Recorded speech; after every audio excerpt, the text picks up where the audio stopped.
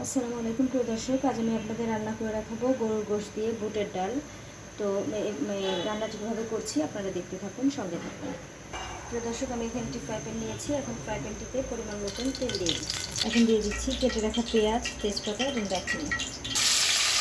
দর্শক, পেঁয়াজটা একটু লাল করে ভেজে নেব।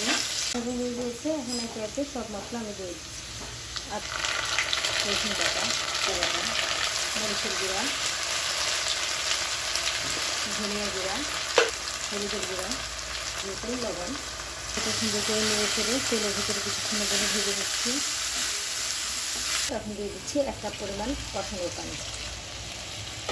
মশলাটাকে সুন্দর করে কষিয়ে নিচ্ছি।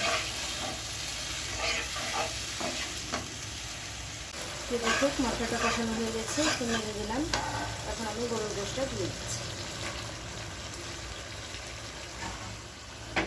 সুন্দর করে নেড়ে চেড়ে সব মশলা মিশিয়ে 10 মিনিটের জন্য আমি ঢেকে দিচ্ছি।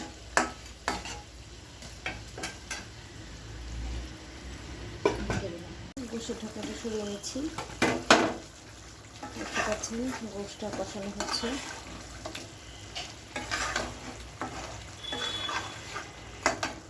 এখন আমি এর ভিতরে ধুয়ে রাখা বুটের ডাল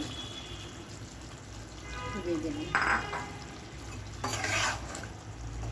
ডালটা সিদ্ধ হওয়ার জন্য 1 কাপ পরিমাণ পানি দিয়ে দিলাম। প্রিয় দর্শক, ঢেকে দিচ্ছি। প্রিয় দর্শক, জিরা, এলাচ, লবঙ্গ এগুলো ভেজে গুঁড়ো করে দিব, ভেজে নিচ্ছি।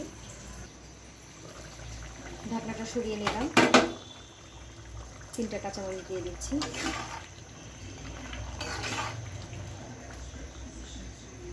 ঢেকে দিলাম। ঢাকনাটা সরিয়ে নিচ্ছি। গরম মশলাগুলো ছেঁচেছি, এখন দিয়ে দিচ্ছি। সুন্দর করে নেড়ে ছেড়ে দিচ্ছি। ঢেকে দিচ্ছি 5 মিনিটের জন্য। তো দর্শক, গরুর গোশত বুটের ডালের ঢাকাটা আমি সরিয়ে দিচ্ছি। দেখেন তরকারিটা প্রায় হয়ে গিয়েছে। প্রায় না, তরকারি হয়ে গিয়েছে। এখন আমি নামিয়ে নেব। প্রিয় দর্শক, গরম ভাত এবং গরম গরম পরোটার সাথে এটি খেতে খুবই মজা। এভাবে রান্না করে আপনারা দেখতে পারেন, ইনশাআল্লাহ ভালো লাগবে। ধন্যবাদ সবাইকে। বেশি বেশি শেয়ার ও সাবস্ক্রাইব করে আমার সঙ্গে থাকুন। ধন্যবাদ। আসসালামু আলাইকুম।